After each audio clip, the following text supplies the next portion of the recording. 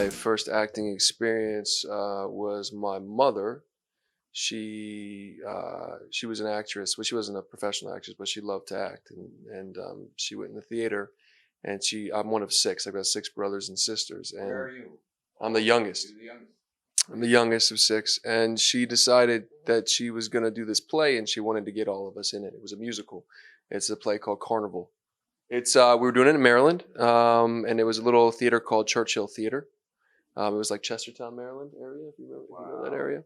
And so she was doing it, and they didn't have a part for me. I was 6 at the time, and so they made a part for me, and I played a half man, half woman. And they put this little suit half side and a little dress on the other. They did one side of my face. And in my lines, man, I'll never forget them. I turned one side. I said, "Am I a man or am I a lady?"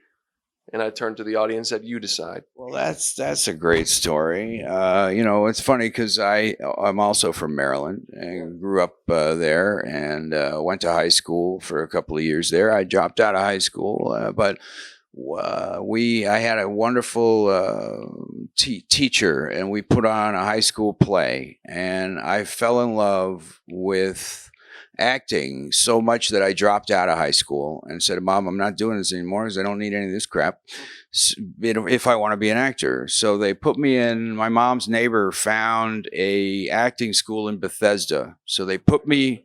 You did. You're a Maryland boy too. Now, this is called the Maryland Academy of Dramatic Arts, right? And this great old guy named Ralph Tabakin ran the place, and he was married to the secretary, but you never knew it.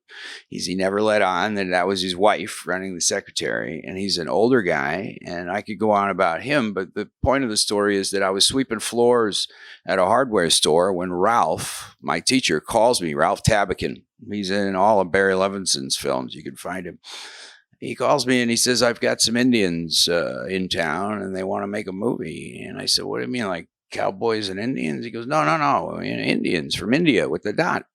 They're going to make a Bollywood film and they're looking for a white guy to star in it opposite an Indian girl. I want you to go down there and I want you to get the part. You know, they're looking for a blonde hair, blue-eyed, real white dude. And I said, "Well, I don't have blue eyes. I can't do it." And he goes, "You got blue eyes now. You get down there and you get the part and I get 10% because I'm acting as your agent, you see." So I did. I went down there. I did get the part. And we drove all around America with a Bollywood princess who hated me. And her own cook, and it was like mini India, driving around in 3 vans and an RV all across the country, made their own food, made their own coffee, and stayed in Indian churches. One night we slept on the floor in Orange County in an Indian church.